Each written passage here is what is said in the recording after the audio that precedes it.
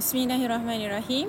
Sekarang kita akan tengok topik 1.5, pengekstrakan logam daripada bijihnya. Okey. Contohnya macam aluminium. Kita nak aluminium sahaja, tetapi secara semula jadi aluminium bukan wujud macam emas yang orang dulu-dulu mendulang kat dalam sungai itu terus dapat emas. Aluminium tak. Aluminium dia adalah satu sebatian, dia wujud sebagai satu sebatian. Contohnya aluminium oksida, iaitu bauksit yang you pelajari dalam tingkatan 3. So daripada aluminium oksida, contoh Al2O3 ni, kita hanya nak aluminium ni sahaja. So macam mana kita nak keluarkan aluminium ini daripada aluminium oksida? Dia dalam bentuk batuan macam ni, bijih macam ni. Kita tak boleh pick out, kita tak boleh kopik keluar ke, korek keluar ke, tak boleh. Dia sebab dia terikat secara kimia. Jadi bila kita nak ekstrakkan aluminium daripada aluminium oksida ataupun bauksit ni, kita mesti menggunakan satu kaedah. So dalam kes ini kita akan menggunakan elektrolisis. Okey. So elektrolisis untuk logam-logam yang lebih reaktif daripada karbon. Kalau penurunan menggunakan karbon adalah yang kurang reaktif daripada karbon. Mana nak datang ni? Ini you dah pelajari di tingkatan 3, iaitu siri kereaktifan logam. Mesti pernah jumpa. Yang ini saya crop daripada buku teks tingkatan 5, muka surat 51. Okey. So logam yang sangat reaktif, kita kena ekstrak guna elektrolisis. Tapi logam yang sederhana reaktif, kita akan ekstrak guna karbon. Kita akan tengok untuk biji besi, sebab salah satu logam yang secara industrinya diekstrak menggunakan penurunan dengan karbon ini adalah besi, daripada biji besi. Okey, logam yang kurang reaktif kita ekstrak secara pemanasan langsung, ataupun macam silver, argentum lah. Silver dengan aurum, emas. Okey, mereka ni memang wujud secara bebas. Memang wujud sebagai unsur. Memang you gali ke, you lompong ke, you terus dapat silver and you terus dapat aurum on its own, tidak bergabung dengan mana-mana unsur lain. Okay, so senang. Tapi yang bergabung ni, so kita kena extract it out.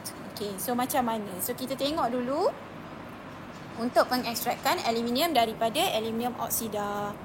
Okay, contoh yang ini dia dekat dalam muka surat 48 buku teks. Okay, logam reaktif seperti aluminium dapat diekstrak daripada bijihnya menggunakan kaedah elektrolisis. Okay. So dalam pengekstrakan aluminium, biji aluminium atau nama lain dia bauksit ditulenkan terlebih dahulu, okay, untuk dapatkan aluminium oksida yang kita leburkan pula. Sama konsep dia macam elektrolisis leburan. Nanti saya akan tunjuk macam mana. Okey, cumanya kita tak buat benda ni di makmal. Kenapa kita tak pernah buat eksperimen leburan elektrolisis bagi leburan aluminium oksida? Sebab takat lebur bagi aluminium oksida adalah 2000 darjah Celsius. Mana mampu dekat makmal kimia menggunakan hanya dengan Bunsen burner boleh 1000 sampai 2000 darjah Celsius, tu tak mungkin lah. Jadi disebabkan takat lebur aluminium oksida terlalu tinggi, kita akan gunakan secara industri kryolit yang kita leburkan, yang mereka leburkan bersama aluminium oksida untuk buat apa? Untuk merendahkan takat lebur aluminium oksida ni. Nak rendahkan dulu takat lebur aluminium oksida. Bila dah rendahkan takat lebur aluminium oksida, maksudnya aluminium oksida tu lebih mudah melebur lah. Bila dia dah melebur, baru boleh lakukan elektrolisis. Sebab remember, untuk sebatian ion, proses pengaliran arus elektrik itu hanya akan berlaku jika sebatian ion itu berada dalam keadaan leburan ataupun aqueous. Tapi tak boleh aqueous kat sini sebab aluminium oksida tak larut air. Jadi kita ada satu option sahaja, hanya boleh panaskan dia. Panaskan sehingga lebur. Tapi unfortunately, suhu untuk takat lebur dia adalah 2000 darjah Celsius. So that's why kita kena guna kryolit. Okay, untuk merendahkan takat lebur aluminium oksida. Okay. So macam mana proses ini berlaku? Okay, saya akan terangkan konsep dia dulu. Okay, so saya dah crop out. Okay, pengekstrakan aluminium oksida ni menggunakan elektrolisis. Ini gambar yang industri punya. Okey. Nak mudah faham, saya lukiskan dalam bentuk elektrolisis leburan. Macam yang kita buat plumbum 2 bromida dalam video yang pertama dulu ni. Okey. So remember, benda pertama yang kita buat adalah kita label anode dan cathode berdasarkan kaki bateri ni. Okey. Lepas tu kita ceraikan ion ini kepada ion aluminium dan ion oksida. Okey. So remember, ion bercas negatif, anion akan ke anode, ion bercas positif, cation akan ke cathode. Anion akan buat apa di anode? Anion, okey, di anode, anion oksida itu akan derma elektron. Berapa banyak elektron yang dia derma? Tengok pada cas ini. So dia derma 2 elektron. Jadilah dia atom oksigen. Tapi remember, kita atom oksigen tak stabil. So sebab tu dia hasilkan gas oksigen. Nak hasilkan gas oksigen maksudnya 2 atom oksigen. So kita perlukan 2 oksida. So kita perlukan 4 elektron. So setengah persamaan bagi pengoksidaan adalah begini. So ini adalah setengah persamaan pengoksidaan. Okey. Ni supaya faham Tapi kita tak boleh buat dalam makmal, ingat kita tak boleh buat dalam makmal sebab kita tak boleh nak leburkan pun aluminium oksida ni. So elektron ini akan bergerak di dalam wayar sampailah dekat kathod. Siapa yang tengah tunggu dekat kathod? Kita ada ion aluminium. So ion aluminium ini, alamak saya tak ada tempat nak tulis.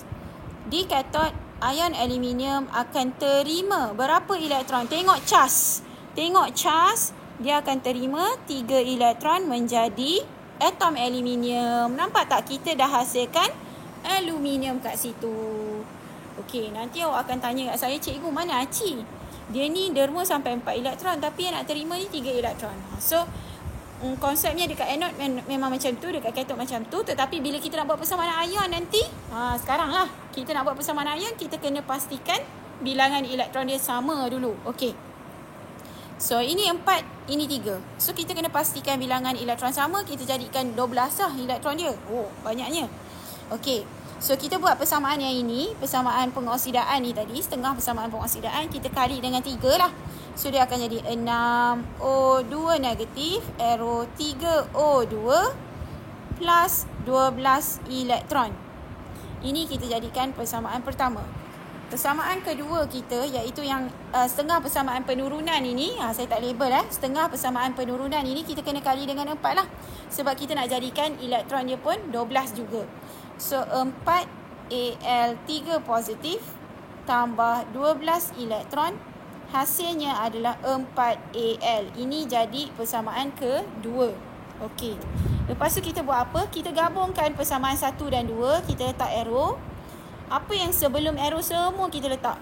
Okey. So ini sebelum arrow kan, 6O2 negatif tambah 4Al3 positif tambah 12 elektron.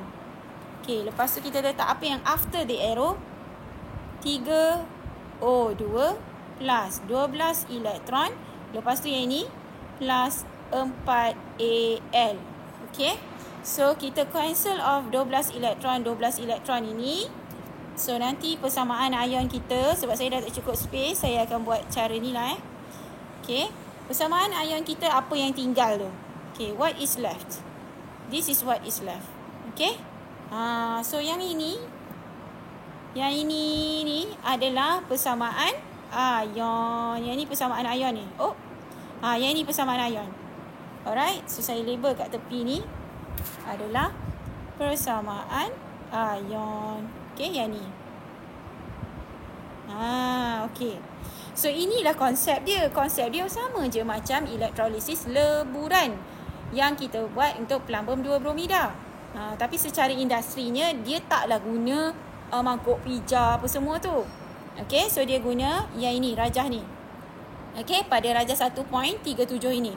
Okay, so dia ada cathode daripada karbon, anode pun karbon. Sebab remember elektrod kita adalah elektrod karbon, elektrod yang lengai. Okay, so dia ada campuran aluminium oksida dengan kriolit ini. Untuk apa kriolit? Untuk merendahkan takat lebur aluminium oksida yang asalnya 2000 darjah Celsius. So dia akan rendahkan. So nanti selepas berlakunya elektrolisis ini dah hasilkan aluminium ni, remember?